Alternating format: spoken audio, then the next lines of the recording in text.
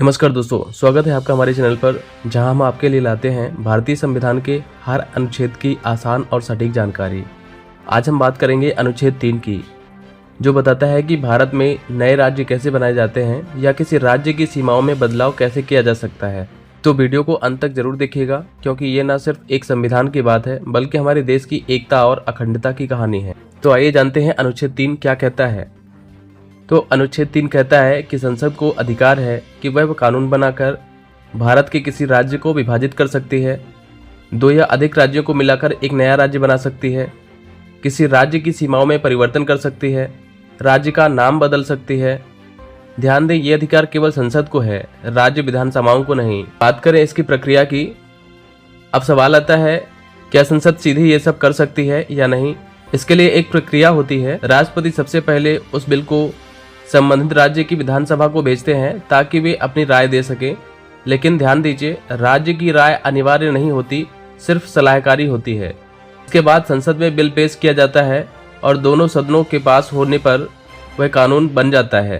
उदाहरण के लिए समझिए, सन 2000 में उत्तराखंड, तब उत्तरांचल, छत्तीसगढ़ और झारखंड 3 राज्य बनाए गए थे।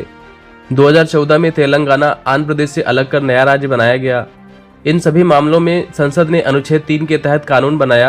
अब बात करते हैं राज्य की सहमति जरूरी क्यों नहीं। तो कई बार लोग सवाल करते हैं, अगर कोई राज्य खुद नहीं चाहता तो क्या केंद्र उसे बांट सकता है।